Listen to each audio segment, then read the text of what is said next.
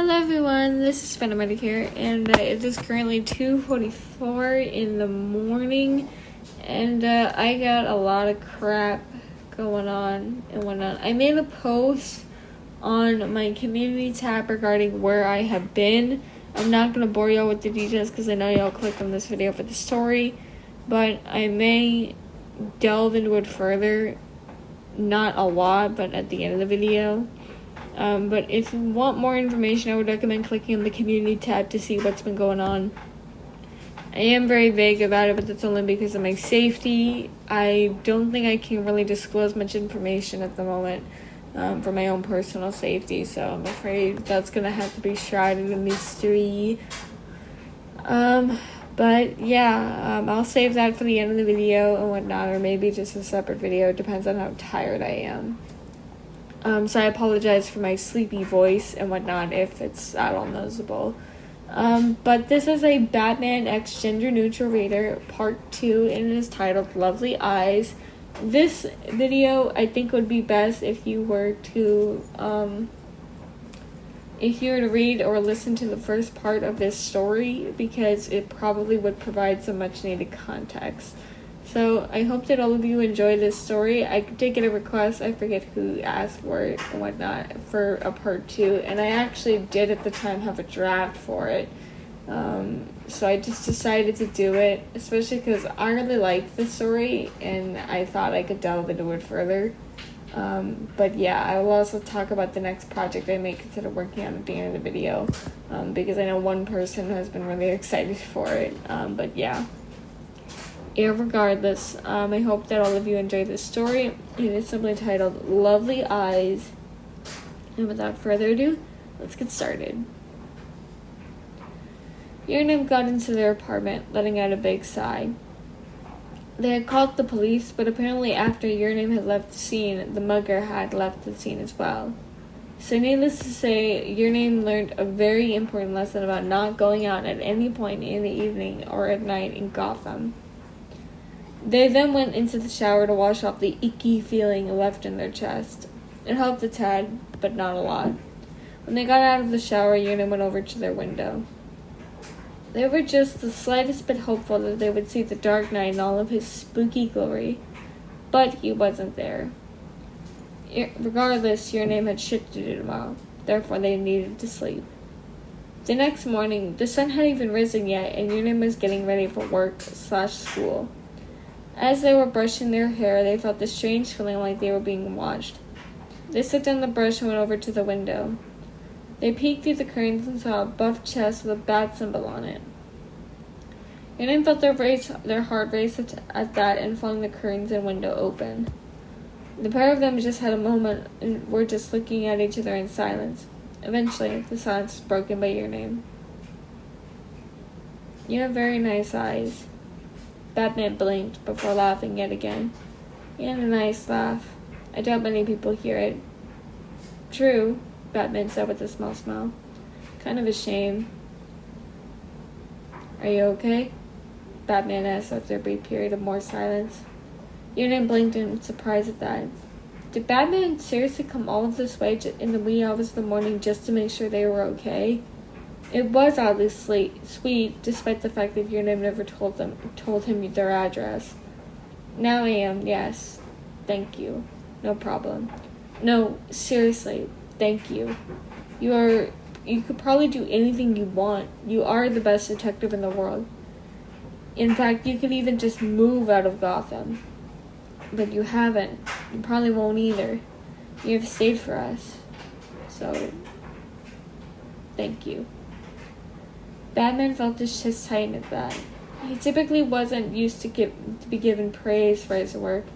Most people are fearful of him, even innocent people. Plus, Alfred had always been the one to tell him something like that since. "You're welcome. You should probably go. I don't want you to get caught out during the day, especially for me." Batman began to turn away, but Yearnam grabbed his arm to stop him. "Just one more thing." They then leaned out their window and kissed him on the cheek. Batman immediately knew that this was officially the best moment he had ever had with someone he rescued. Ever. He didn't shy away from their touch and let them kiss his cheek for as long as they wanted. When they pulled away, Your Name's face was bright red. Cute. Batman couldn't stop that thought even if he tried. But he wasn't complaining. He instead leaned in and kissed Your Name on the top of their head quickly, running off into the fading darkness. The end.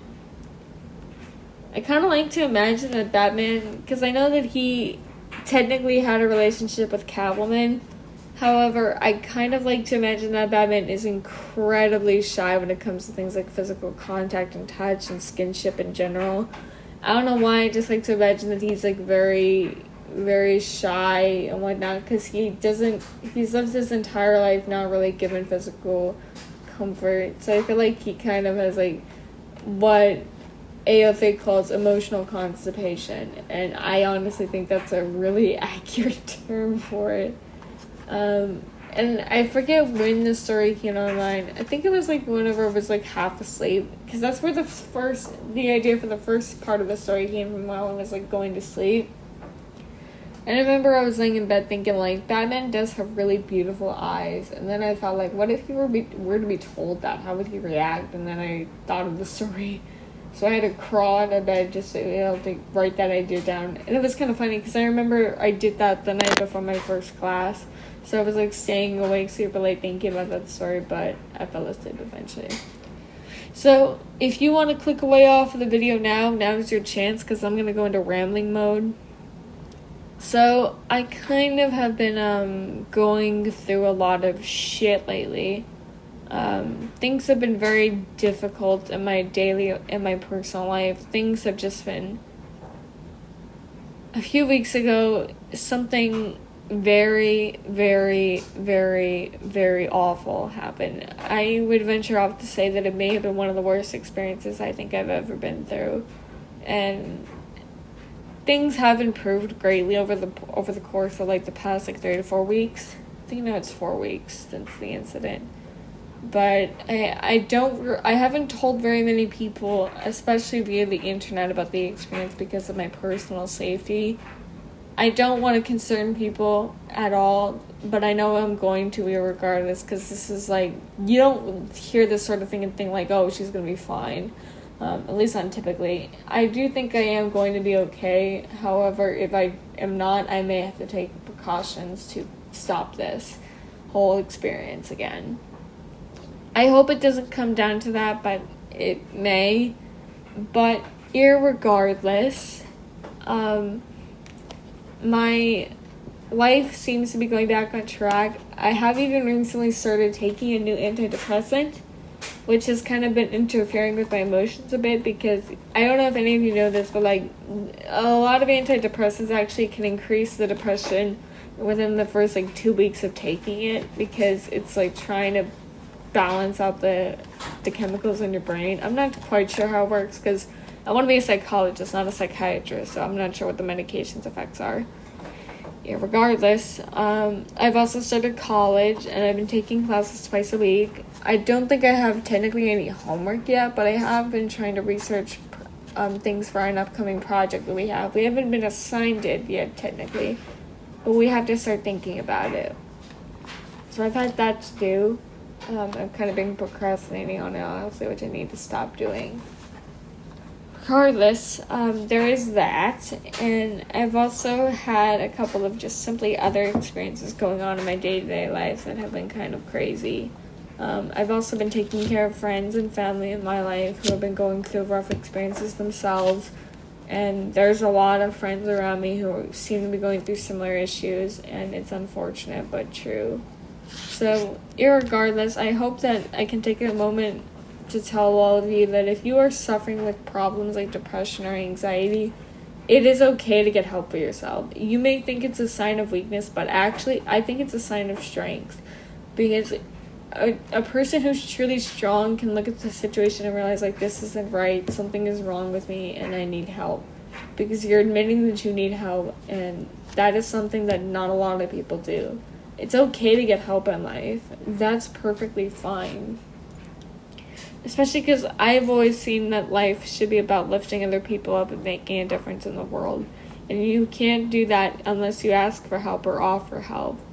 So, in my opinion, it's okay to ask for help. But even if you struggle with it, I would recommend looking up coping skills and whatnot online. I wouldn't recommend self-diagnosis whatsoever. Do not do that at all, because that's not going to help your situation. If you think you have something wrong with you, please consider getting a psychologist or psychiatrist or professional of some variety or degree to help you, because it's very important and you do deserve help. You may not believe that, but you do. And it's something that I think everyone in this generation has kind of struggled with, because mental health has only just recently started to resurface as something that is positive to take care of, because a couple decades ago you wouldn't see what they called a shrink unless you had a nervous breakdown. So yeah, there is that, but I hope all of you are out there taking care of yourselves, because things have been hard on a lot of people in my life lately, including myself. So I hope that all of you are doing okay in these times. I also hope that being back to school is okay and whatnot. I know that all of you are also probably back in school, because I know that the majority of my audience is on the younger side.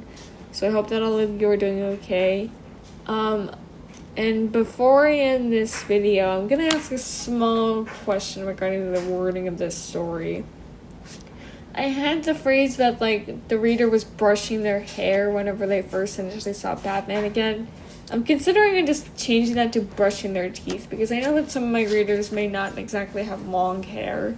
So I want to make sure I'm accommodative to that. Let me know if that's something I should do. But regardless, I hope all of you guys are staying safe and whatnot. Please be safe out there. COVID is still very much alive, so please take precautions. Be safe out there in terms of mental health as well. And I hope that everyone is having a good time in school and all of that. So I hope all of us can be okay. And don't worry about me. Things are getting better. I am hopeful for the future. And even though I have a lot of things going on, I hope that I can recover soon. Again, check the community tab for a better idea of what's going on. But yeah, I love all of you so very much, and you guys are the sweetest little phantoms a girl could ever ask for. And yeah, so this is Fendimeter, and I'll be seeing you all very soon. Bye bye.